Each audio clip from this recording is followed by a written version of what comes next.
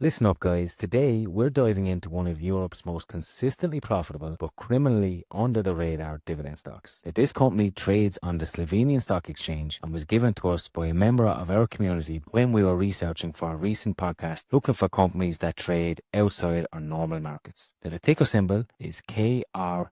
At the time of recording, KRKA trades at around €184 per share. It's just hiked its dividend for its 25th straight year. It has zero debt and it trades at around a 4.5% yield. And not only that, it also has some of the best capital efficiency metrics in the entire generic pharma space. So in this video, we'll break down its business model, its dividend track record, and also some of their financials. Now, before I dive right in, I'm still trying to hit the 2,000 subscriber mark. So if you like these kind of videos, please consider subscribing and also hitting that like button. So let's start by taking a look at a snapshot of the last 5 years. The KRKA has grown its revenue at around 6% annually. On top of this, net profit has compounded to grow at 7.8% annually, and its total return, including dividends, has been a whopping 80%.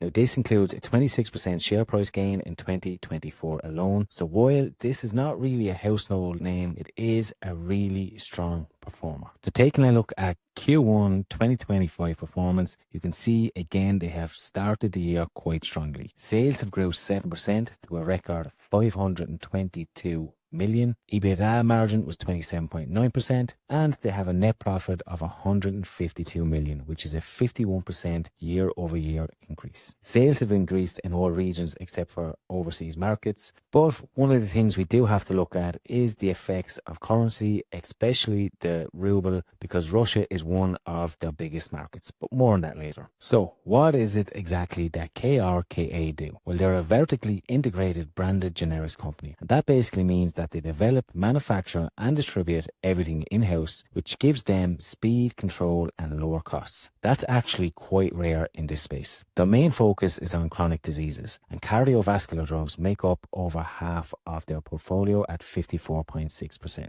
They're also a leader of single pill combinations with over 150 plus types of single pills on the market. Now on the right hand side you can see the top 15 products by sales, and Persina tops the bill with €215 million in sales in 2024. You also have what they call the Big Six. Now, the Big Six is their active pharmaceutical ingredients. Now, I'm not even going to try and pronounce their names, but these are the foundations in all of their top-selling products, either as a single ingredient or as a fixed dose combination product. In terms of geography, over 94% of sales are exports, with Russia being their biggest market. This is followed by Poland, Ukraine, Germany and Romania. Now, the company's reliance on Russia as its largest export market presents several risks, as you can imagine. First of all, as I mentioned earlier, there is currency volatility. KRKA's financial results are strongly affected by fluctuations in the Russian ruble. Recent profit increases were partly due to favorable exchange rates, but adverse changes could just as easily reduce profits. So this needs to be kept in the back of your mind. Obviously, Russia faces ongoing political tensions and is subject to international sanctions. Any more escalations could obviously disrupt the business, as we've seen before. So again, this is something to keep in the back of your mind. But one risk that I can see is that the Russian government can support domestic pharmaceutical producers, and this could have a significant impact on KRKA's revenue. Now, they've done a really good job at managing this over the years, especially during the whole Ukraine-Russia crisis. So they do have a track record of navigating this, but it still is important to know the risks when investing in this type of company. So again, just to touch on the importance of the foreign exchange impact. You can see that in their own Q1 report, they have mentioned that the Russian ruble, the US dollar and the Polish zloty have a significant impact on the group's financial result. In Q1 2025, the Russian ruble increased significantly against the euro, and overall it has had a favourable result. But this is just something to keep in the back of your mind, as it could quickly change. Now, before you go any further, if you enjoy deep dives in companies like this, then check out our newsletter in the link below. Every month we break down dividend stocks using our dividend safety score, where we look at things like payout ratios, the company growth,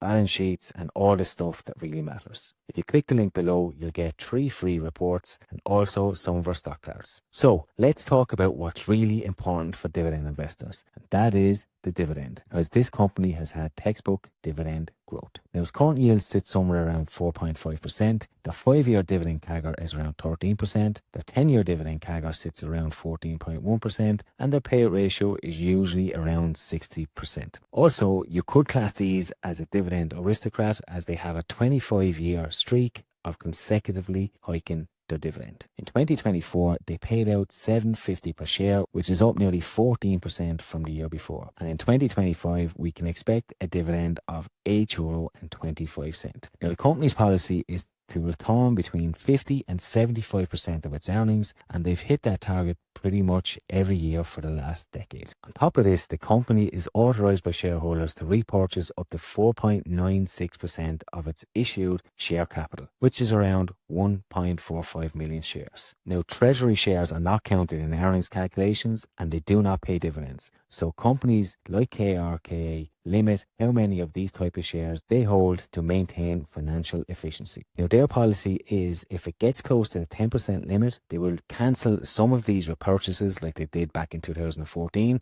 and use that to reduce its treasury shares. So this is just something again to keep an eye on, but you got a good combination of good dividend growth, good dividend yield, and dividend buybacks. In terms of performance, the company again has performed really strongly over the last 5-year period. In 2021, the revenue was around 1.5 billion. They're expected to make 2 billion in 2025. Earnings per share has grown from 9.92 up as far as 11.60 in 2024, and again is expected to reach 13.24 in 2025. We can see strong growth again in EBITDA. Now, free cash flow does fluctuate a little bit, but this is mainly due to variations in operating cash flow due to capital expenditures as well as the impact on foreign exchanges. Now, when you look at their operating results, you can see that gross profit margin is around 58%. Now, this is quite strong for a pharmaceutical company and shows that they have really strong pricing power, and that's mainly because of their cost control that they have in their manufacturing. Their EBITDA and EBIT margins are also quite stable at around 27 and 24% respectively, and also their net profit margin kind of hovers around the 20% mark. Overall, what we're seeing here is a company that has really strong pricing power, has lots of control over its costs, and have really strong bottom line growth. In terms of returns to us as shareholders, you can see that return on equity is quite strong at around 26%.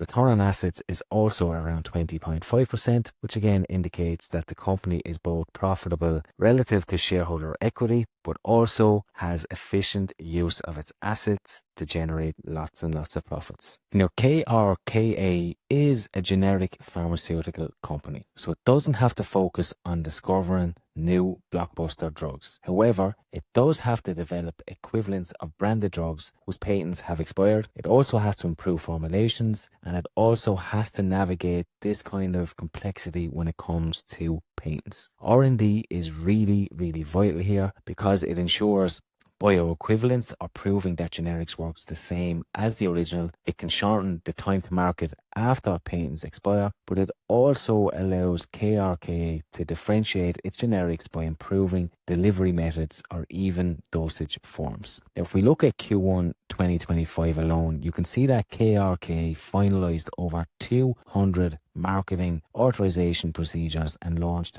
4 new products. Now, these aren't just generic copies. So if you take Dragulu, for example, this is a combination of 2 different types of drugs in the form of film-coated tablets for treatment of diabetes. The same goes with Paroxo, and the list goes on. But why does that even matter to us as dividend investors? Now, if you look at 2024 alone, 24% of all the company sales came from new products. This is up from 22% in 2023. 49.5 million was spent on R&D just in Q1 alone, and it's also important to note that they try and keep R&D at around 10% of sales. But there was one number that really stood out for me when I was looking at this company, and it is that over 66% of their sales come from new products and not the old life cycle ones. So R&D is really important here. They have to keep reinventing itself and keep releasing new products to the market. So there you have it. KRKA certainly looks like a European hidden gem when it comes to dividend growth investing. I'd love to hear what you think in the comments below. If you own this company, if I've missed anything, please let me know, and hopefully I'll see you all next time.